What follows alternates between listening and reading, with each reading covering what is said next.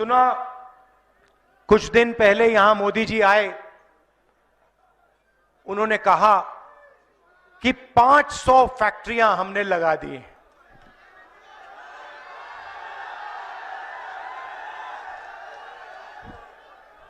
पता नहीं, पहले आए थे कहा था 15 लाख रुपए बैंक अकाउंट में डाल देंगे,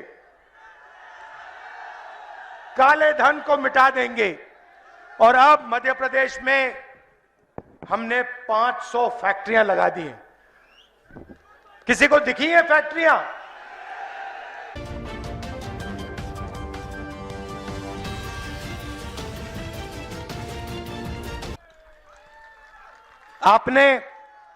आपने ये तोमर जी के बेटे का वीडियो देखा?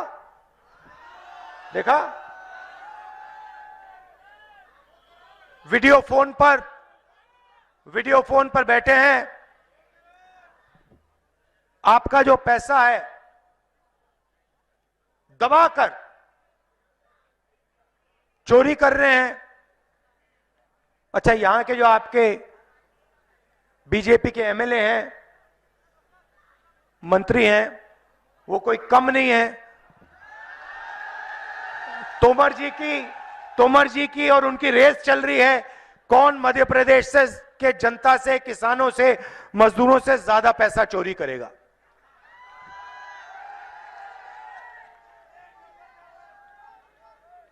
मगर नुकसान आपका हो रहा है। मैंने बेरोजगारी की बात की।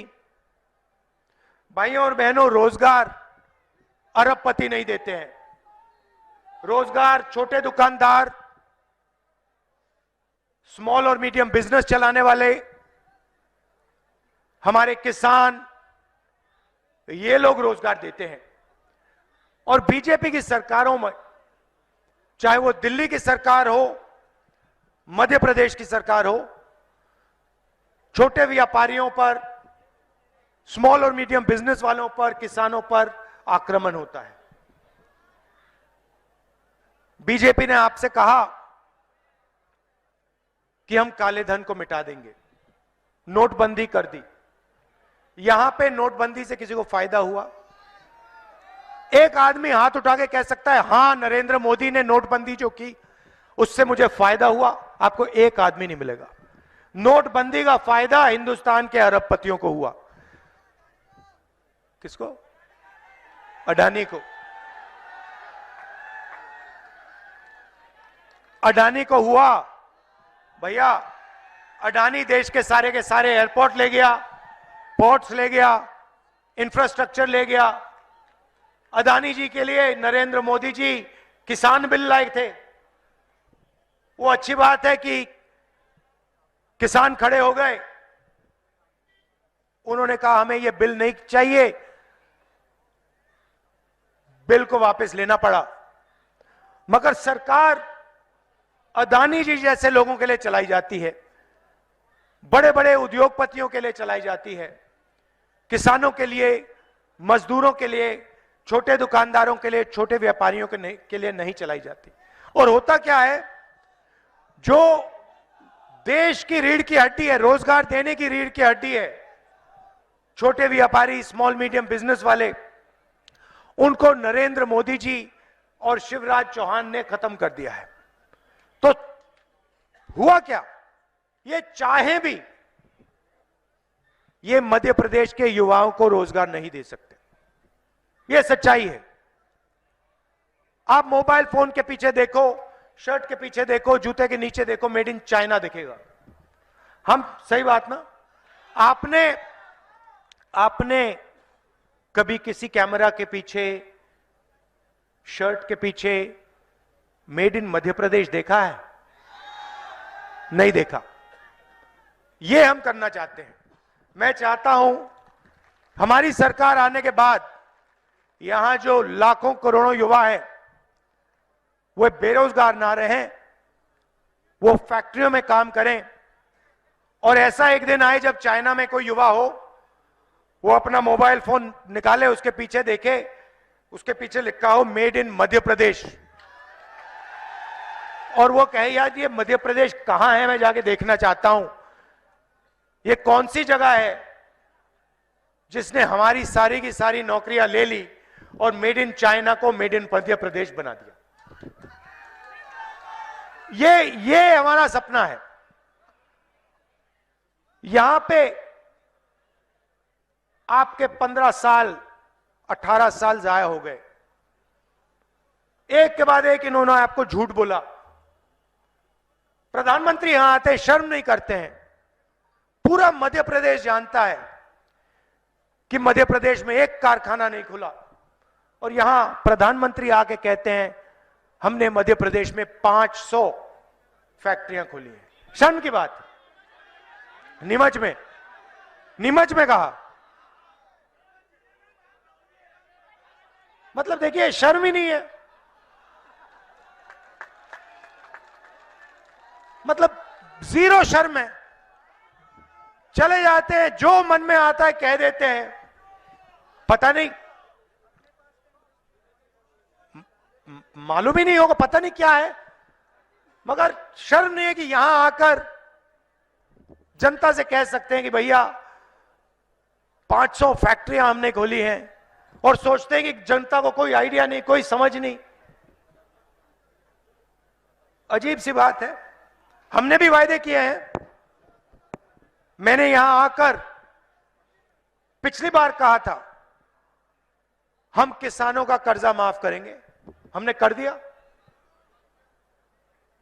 हम यहां झूठ बोलने नहीं आए हैं। गैस सिलेंडर कितने का मिलता है?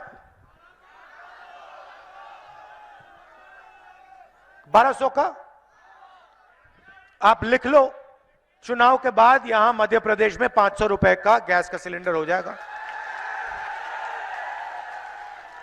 और जैसे हमने कर्जा माफी की पिछली बार वायदा किया था, इस बार हम उस काम को पूरा करेंगे। 2 लाख रुपए तक का कर्जा मध्य प्रदेश के किसानों का हम माफ कर देंगे। मैंने तो अपने चीफ मिनिस्टर से कह रखा है, कर्नाटक, राजस्थान, हिमाचल, चीफ मिनिस्टर से कह रखा है देखिए जितना पैसा बीजेपी के लोगों ने अरबपतियों को दिया है, उतना पैसा हमें किसानों को, मजदूरों को, उतना ही पैसा उनकी जेब में डालना है। देता हूं, यहां पे चुनाव कांग्रेस पार्टी स्वीप करने जा रही है। मतलब भारी बहुमत से कांग्रेस पार्टी मध्य प्रदेश में चुनाव जीतेगी और हमारी सरकार आएगी। तो उसके बाद हमारी जिम्मेदारी बनती है।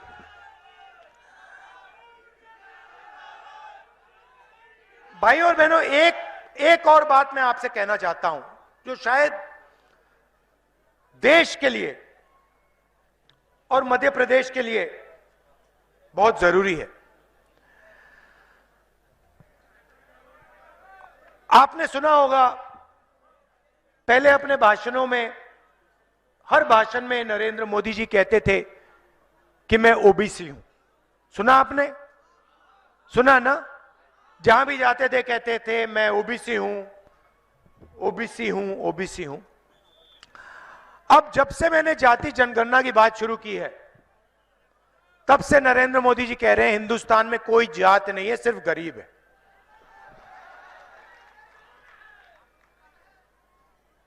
कोई जात नहीं है, सिर्फ गरीब है, मगर नरेंद्र मोदी ओबीसी है। मतलब एक ही ओबीसी बचा हिंदुस्तान में, उसका नाम है नरेंद्र मोदी। क्यों? क्योंकि मैंने जाति जनगणना का सवाल उठाना शुरू कर दिया। इस देश में ओबीसी वर्ग की आबादी कितनी है, यह जानना चाहता हूं मैं। क्योंकि अगर ओबीसी अफसर 100 रुपए में से 33 पैसे का निर्णय ले रहा है, और अगर आबादी 0.33% है ओबीसी की, तो ठीक है। मगर मैं जानता हूं कि ओबीसी वर्ग की आबादी कम से कम 50% है। अब जैसे ही मैंने नरेंद्र मोदी जी से कहा पार्लियामेंट में कि भैया एक काम कीजिए, ये जाति जनगणना कर लीजिए, इससे दूध का दूध पानी का पानी हो जाएगा। सब पता लग जाएगा देश में कितने पिछड़े लोग हैं, कितने जनरल हैं, कितने आदिवासी हैं, कितने दलित हैं। उस दिन के बाद नरेंद्र मोदी जी कहते हैं, भैया भाषण में कहते हैं हिंदुस्तान में कोई जात नहीं है, हिंदुस्तान में सिर्फ गरीब है। और जनगणना की बात, जाति जनगणना की बात नरेंद्र मोदी जी के मुंह से नहीं निकलती। तो मैं आपको यहां गारंटी देना चाहता हूं कि जैसे ही हमारी सरकार दिल्ली में आएगी, नेशनल लेवल का जाति जनगणना हम करके दे देंगे। और मध्य प्रदेश में जैसे ही सरकार आएगी, जाति जनगणना का काम हम मध्य प्रदेश में शुरू कर देंगे। सबको मालूम होना चाहिए कि उनकी आबादी कितनी है और बजट पर, सरकार पर उनका कितना हक बनता है, उनकी कितनी भागीदारी होनी चाहिए। और यह काम हम गारंटी करके पूरा कर देंगे।